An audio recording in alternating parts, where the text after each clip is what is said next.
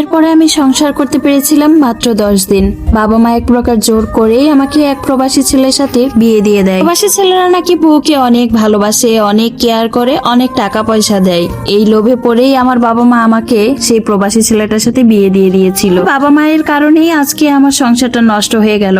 আমি আমার বাবা মাকে কোনোদিনও ক্ষমা করতে পারবো না। ফেব্রুয়ারি মাসের দিকে আমার বিয়ে হয় সেই ছেলেটার সাথে। ছেলেটাকে আমি আগে থেকে কখনো চিনতাম না, তার সাথে কখনো কথাও হয়নি। আমার বাবা মাও ছেলেটার ব্যাকগ্রাউন্ড অতটা চেক করেনি। তো খোঁজ খবরের মধ্যে এতটুকু নিয়েছিল ছেলে আমেরিকা থাকে আর সেখানে মোটা অঙ্কের ডলার কামায়। তারা আর কোনো খোঁজ খবর নেওয়ার প্রয়োজনই মনে করেনি। ডলার ইনকাম করে, বিয়ের পর তাদের মেয়েকে ওই ছেলেটা আমেরিকা নিয়ে যাবে, এতটুকু খোঁজ খবর নেওয়াই তাদের কাছে প্রয়োজনীয় মনে হয়েছে। ভুল বলার পরেই আমি ওই ছেলেটার মুখ প্রথম দেখি। তারপর বাবা মার কথা চিন্তা করে সবকিছু মুখ বুঝে মেনে নেই। এরপর ওই অপরিচিত ছেলে মানে আমার বাবা মা যার সাথে আমাকে বিয়ে দিয়েছে তার সাথে স্বামী স্ত্রীর কোনো সম্পর্কই আমার হয়নি। 3 দিন পর সে আমাকে রেখে আমেরিকা চলে যায়। কথাটা শোনার পর আমার বাবা মা একটু অবাকই হয়েছিল। বিয়ের পরে থেকে তার কোনো দায়িত্ব জ্ঞান কোনো কিছুই ছিল না। সবকিছু আমার বাবার উপর চাপিয়ে দিয়ে সে উপরে উঠতে চেয়েছিল। এমনকি তার সাথে আমার সাথে কোনো যোগাযোগ ছিল না। আমেরিকা যাওয়ার আগে বা পরে সে আমাকে কোনো প্রকার টাকা পয়সাও দেয়নি,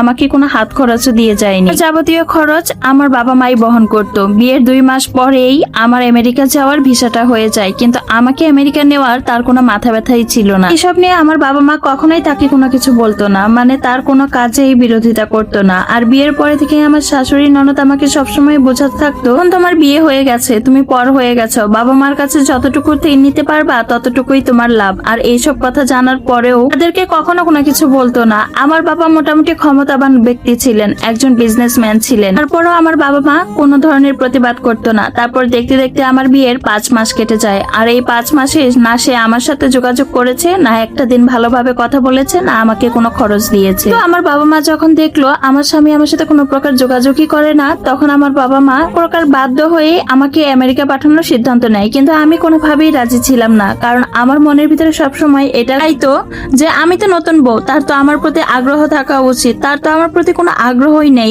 আমি কেন আগ বাড়িয়ে তার কাছে যাব? আমার মনের ভিতরে এই সমস্ত কথা চলছিল ঠিকই, কিন্তু এবারও আমি আমার বাবা মায়ের কথাই মেনে নিলাম। আর আমেরিকার মতো একটা জায়গায় আমি একা একাই রওনা দিলাম। আমার এই যাত্রা পথে আমার স্বামী একটিবারের জন্য আমার সাথে যোগাযোগ করেনি। আমি কিভাবে আসতেছি, কিভাবে বসছি, মানে একা একাই তো আমি সবকিছু করছি, সে জানতো। কিন্তু তারপরেও একটিবারের জন্য আমাকে ফোন করার প্রয়োজন পর্যন্ত মনে করেনি যে আমি কিভাবে আসতেছি, আমার কোনো সমস্যা হয়েছে কিনা। আমার বাবা মা কিন্তু তাকে আগেই ফোন করে জানিয়েছিল যে আমার মেয়েকে তোমার কাছে পাঠিয়ে দিচ্ছি।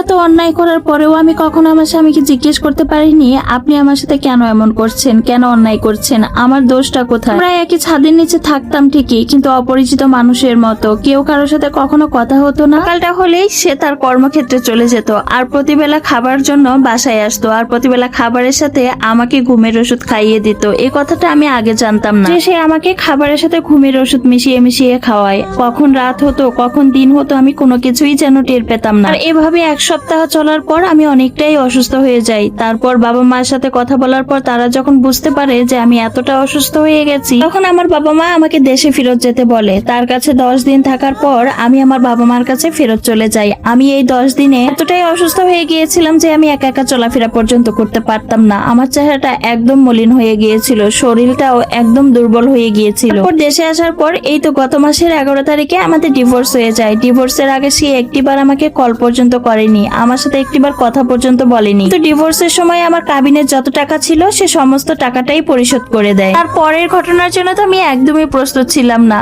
এই তো এই মাসের 5 তারিখে সে আবার দেশে ফিরে। দেশে ফেরার পর তার 14 বছরের ভালোবাসা, একসাথেই লেখাপড়া কমপ্লিট করেছে, একসাথেই সবকিছু করেছে, সেই ভালোবাসার মানুষটিকে সে বিয়ে করে নিয়েছে। তাদের নাকি ক্লাস 7 থেকে রিলেশন ছিল। ওই মেয়েটাকেই সে ভালোবাসতো, অনেক ভালোবাসতো, কিন্তু তাদের মধ্যে মাঝে কি হয়েছিল আমি জানি না। তাদের মধ্যে সেই ঝামেলার কারণেই ওই মেয়েটার উপরে জিদ করেই নাকি সে আমাকে বিয়ে করেছিল। তো আমার জীবনটা নষ্ট করার কি কোনো দরকার ছিল?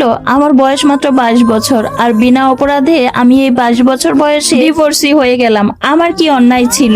আমি কি অন্যায় করেছিলাম? আমার কি ভুল ছিল? ভুল তো ছিল আমার বাবা মায়ের আর ওই ছেলেটার। কিন্তু আমি কেন শাস্তি পেলাম? এই কৈফিয়তটা কে দিবে? সন্তান অন্যায় করলে নাকি বাবা মা তাকে ত্যায্য করে দেয়, কিন্তু আমি আমার বাবা মাকে ত্যায্য করে দিয়েছি। আমার জীবনটা নষ্ট করার জন্য তারাই দায়ী। তাদের নাকি অনেক মান সম্মান, এখন কোথায় গেল তাদের মান সম্মান? এখন যে তাদের মেয়ে ডিভোর্সি হয়ে গেল। আমি কখনোই ক্ষমা করব না ওই সমস্ত লোক লোকদের যারা বিদেশ গিয়ে কিছু ডলার ইনকাম করে মেয়েদেরকে মেয়ে বলেই মনে করে না। সমস্ত বিচারটা দিয়ে রাখলাম ওই উপরওয়ালার কাছে।